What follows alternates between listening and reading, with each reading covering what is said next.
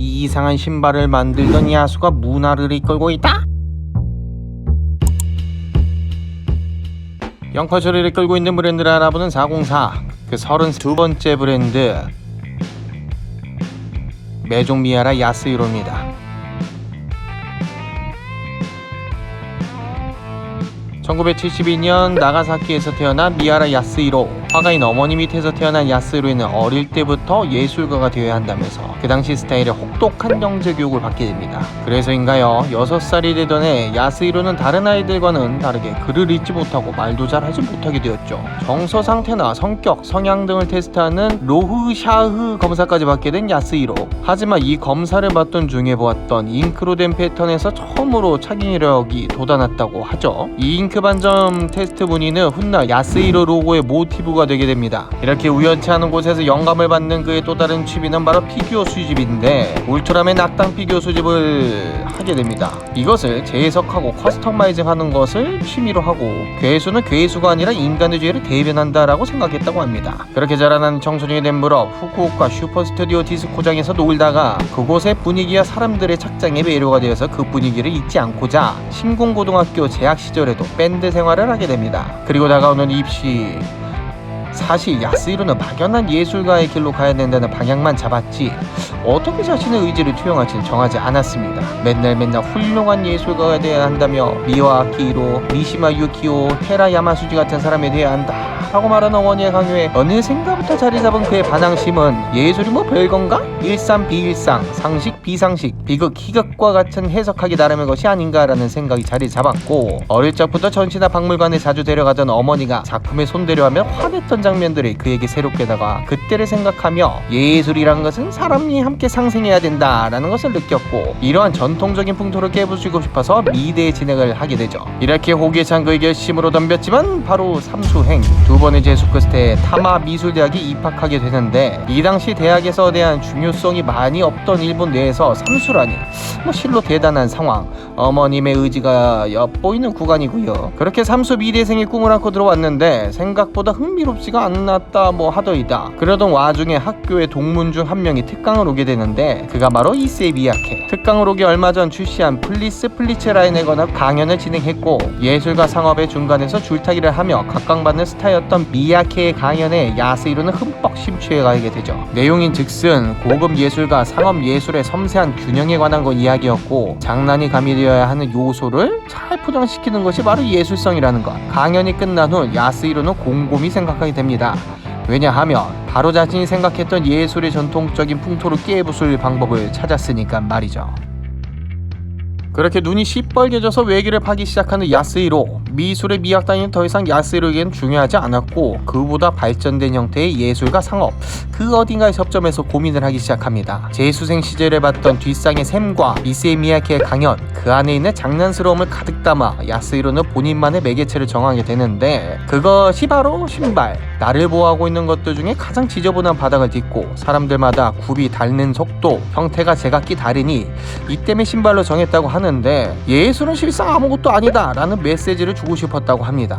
또 하나의 이유는 예술은 기본적으로 광기이고 저질러버리면 잘 포장되기 때문에 신발로 정했다고 하는데, 이 형 이거 나는 뭐 만들 줄 아는 게 없어요 라고 말을 돌려 하는 것 같다는 생각도 드네요. 그렇게 신발 장인 하야카와 히데에게 신발 틀을 만드는 기술을 습득하고 영국에 가서 신발 공부를 하고 와서 독학으로 신발을 만들기 시작하는데, 그 모습이 매우 우스꽝스러웠습니다. 양말인 듯한 모양의 부츠였다고 하는데 그는 전혀 꾸리지 않다고 생각했죠. 그렇게 그는 혈기왕성한 젊음과 독창성을 무기로 아키둠이라는 신발 회사를 만들게 됩니다. 아마 영화 아키텍처 오브 둠에서 따온 것 같은데, 이 영화는 히틀러의 미술에 관한 사랑과 그의 고향 린츠에 설립한 목적으로 박물관을 얘기를 다룬 다큐멘터리로, 야스히로는 박물관이라는 틀 안에서 히틀러의 예술에 대한 고집과 수집이라는 것을 신발이라는 틀 안에 야스히로 본인만의 독창적인 예술성을 불어넣어 아키둠이라고 지은 게 아닌가 생각됩니다. 왜냐하면 이 아키둠은 야스히로가 졸업하자마자 바로 이름을 바꿔버렸거든요.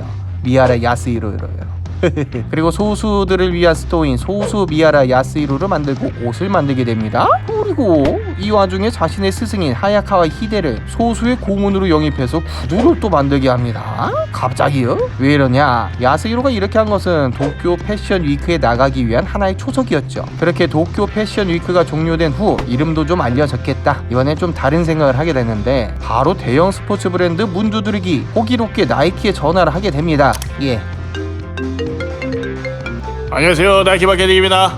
저 야스히로라고 하는데. 네네, 어떤 일 때문에? 저 혹시 그 신발 협업 같은 거? 예, 그런 건 안 합니다. 죄송합니다. 네, 알겠습니다.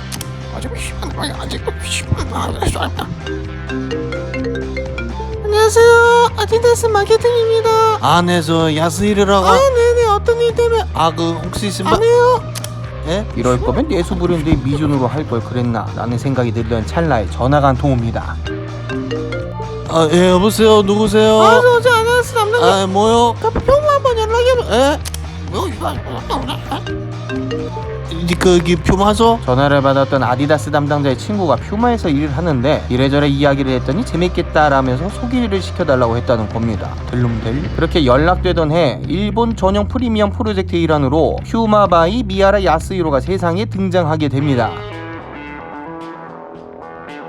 퓨마의 협업을 통해서 세상에 이름 알린 야스히로, 센세이션을 넘어서 미하라 야스히로라는 이름 자체가 아이콘처럼 돼버린 상황까지 오게 되었고 국내에서도 많은 사람들이 프리미엄을 붙여서 사고파는 행위가 생겨났죠. 2000년부터 2015년까지 퓨마와의 관계를 이어오면서 수많은 신발들을 만들어낸 야스히로는 신발을 통해 장난을 치며 예술로 인정받게 된 케이스가 되었고 그 후발주자로 나이키, 아디다스, 리복 등 스포츠 브랜드들이 아티스트와 협업하는 계기가 됩니다. 이제는 디자이너 아티스트 그 사이 어딘가 있는 그는 의류에 집중을 하게 되는데 2005년 밀라노 러니에를 시작해서 2007년 파리까지 진출을 하게 됩니다.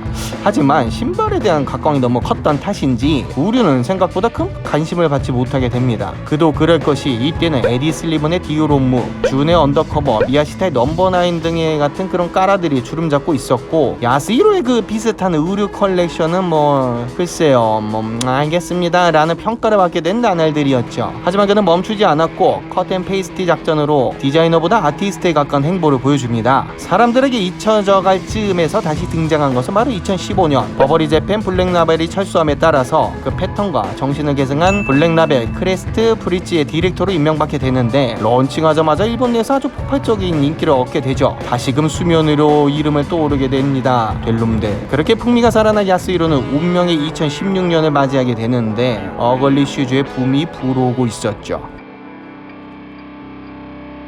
2016년 어글리 슈즈의 광풍으로 인해서 트리플S, 라이톤, 펑첸왕 등 신나게 못생긴 신발들이 주목을 받게 됩니다. 퓨마와의 길고 긴 협업 끝에 스니커 시장의 전반적인 붐을 이끌어냈지만 우후죽순 생겨나는 협업에 흥미를 잃어가던 터 유명한 피아니스트인 와이프 히로미 우에하라와 함께 놀이터에서 산책을 하던 도중에 동네 꼬마들이 흙놀이를 하는 것을 보고 잊고 있었던 대학 시절에 처음 느꼈던 장난에 대한 생각을 다시 하게 됩니다. 그리고 영국에서 신발 공부를 하다 만난 이재리 형과 대화를 하다가 새로움을 느끼게 되죠. 고정적인 인식에 대한 질문, 그러니까 퓨마에서 진행했을 때보다 그런 느낌보다 뭔가 좀 더 신선한 그런 재조합을 해보라 이렇게 말해준 건데 이 이재리 형이랑은 얼마나 막역한 사이인지 이재리 형이 선물을 받았던 2차 세계대전 호루라기 2개 중에 하나를 자기 갖고 하나는 야스히로에게 줄 정도이니 그리고 그런 어항아 말해준 것을 듣고 야스히로는 새로운 도전을 시작하게 됩니다.